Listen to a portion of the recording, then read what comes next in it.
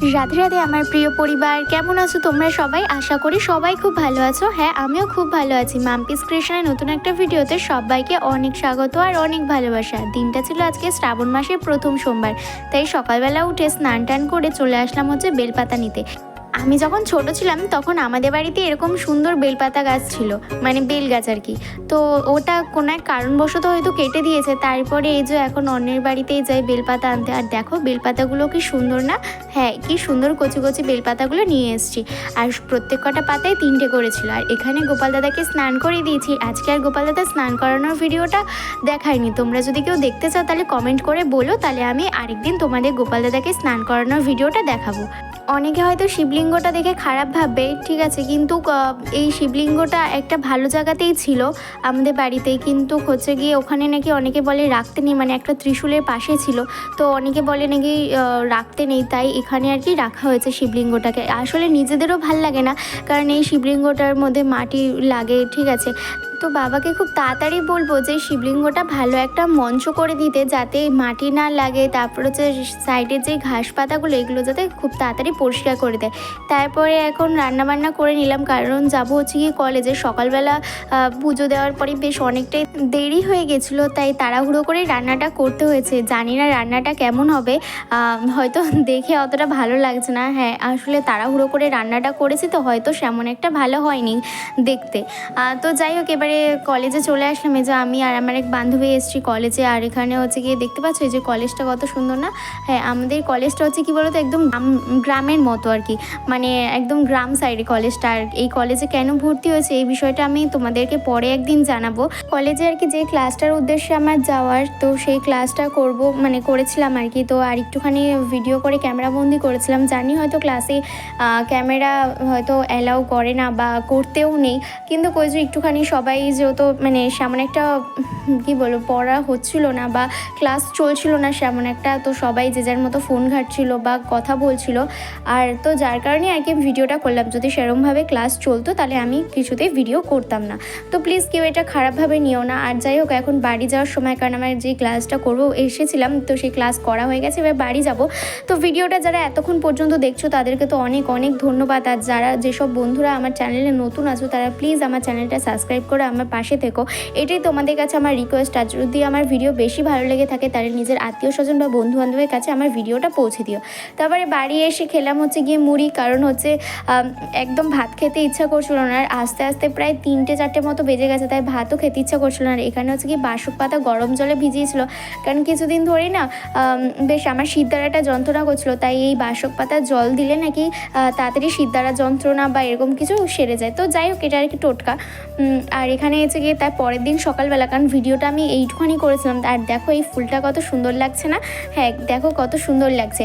তো যাই হোক, এটা হচ্ছে তার পরের দিন সকালবেলা। আর বলছিলাম না আগের দিনে যে আমার শরীরটা ভীষণ খারাপ লাগছে, হ্যাঁ, যার কারণে আর কি চোখ মুখগুলো কেমন লাগছে। আর সকালবেলা উঠেছি যেহেতু, তো আর কি একটুও ভালো লাগছে না। আর মা সকালবেলা করে দিয়েছে হচ্ছে গিয়ে গরম জল, বলেছে গরম জলে ভাপ নিতে। আর কে আর ভাপ নেয়, তাই না? একটুখানি ভাপ নিই আর হচ্ছে গিয়ে কি বলবো, একটুখানি ভাপ নিই আর বাকিটা ওই কম্বলের বাইরে মাথা দিয়ে রাখি।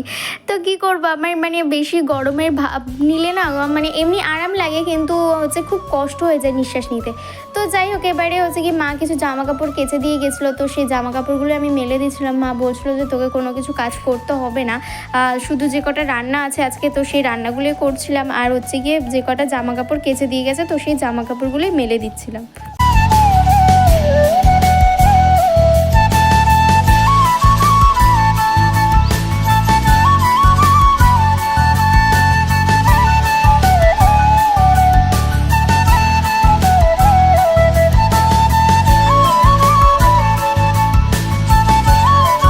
তারপরে জামাগুলো মেলার পর বাবা সকালবেলা এনেছিল হচ্ছে গিয়ে শাক আর বেগুন, আর এনেছিল হচ্ছে গিয়ে মাছ। তো ভাবছি যে বেগুন দিয়ে মাছটা করব, মানে শুধু বেগুন দিয়ে মাছটা করব আর শাক করব।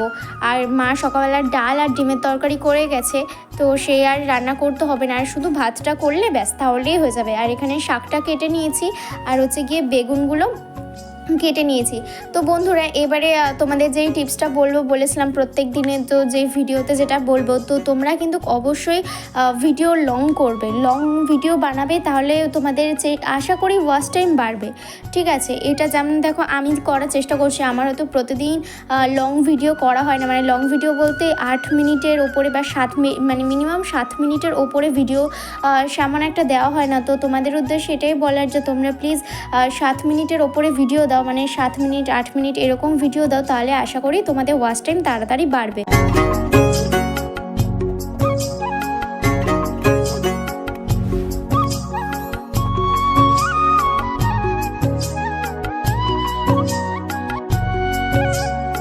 যারা যারা আমার ভিডিওতে ভালো ভালো কমেন্ট করবে, এর পরের ভিডিও থেকে আমি তাদের নাম নেব আর তার কমেন্টের মানে রিপ্লাই দেবো, বা হচ্ছে গিয়ে কমেন্ট সে যে কমেন্টটা করেছো তো সেই কমেন্টটা সবাইকে পড়ে শোনাবো। তো এটাই হচ্ছে কথা। তো তোমরা আমার ভিডিওতে চাইলে কমেন্ট করো, তো সেই কমেন্টগুলো আমি সবার সামনে তুলে ধরবো।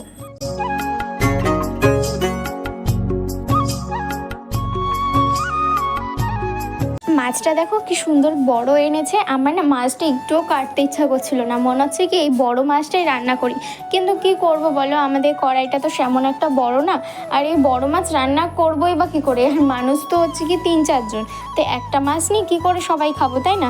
এই জন্যই হচ্ছে কি পিস পিস করে নিয়েছি। আমি অবশ্য ভালো করে মাছ কাটতে পারি না, মানে এই বড় মাছগুলো না পিস করতে পারি না, কেমন একটুখানি তেরা বেঁকা হয়ে যায়, তো যার কারণে যেমন পেরেছি তেমনই আর কি করেছি। তারপরে মাছগুলো ভেজে নিচ্ছিলাম, আর মাছটা না সেমন একটা কড়া করে ভাজবো না, বেশ হালকার ওপরে ভাজবো। আর মাছ আর শাক ভাজা পুরো প্রায় হয়ে যাওয়ার পরে এখন ভাতটা বসিয়ে নিলাম, কারণ হচ্ছে গিয়ে মা সকালবেলা ভাত নিয়ে গেছিলো আর বাবাও ভাত নিয়ে গেছিলো, কিন্তু তারপরে দুপুরবেলা বলেছিল তোর যেহেতু ঠান্ডা লেগেছে তাই ঠান্ডা ভাত খেতে হবে না, তাই তুই গরম ভাত করে নে। তো গাইস দুপুরবেলা হচ্ছে গিয়ে দাদুকে খেতে দিয়ে দিয়েছিলাম মাছের ঝোল, ডাল আর শাক ভাজা দিয়ে, আর মা আমার জন্য করে গেছিলো ডিম, কারণ দাদু যেহেতু ওই ডিম খায় না, তাই হচ্ছে গিয়ে মাছ করে দিয়েছিলাম দাদুকে, ওই বেগুন দিয়ে মাছটা করে দিয়েছিলাম, তারপরে দাদুকে খেতে দিয়ে দিয়েছিলাম, তারপরে নিজেও খেয়েছিলাম, খেয়ে দিয়ে দুপুরবেলা একটু ঘুমাচ্ছিলাম।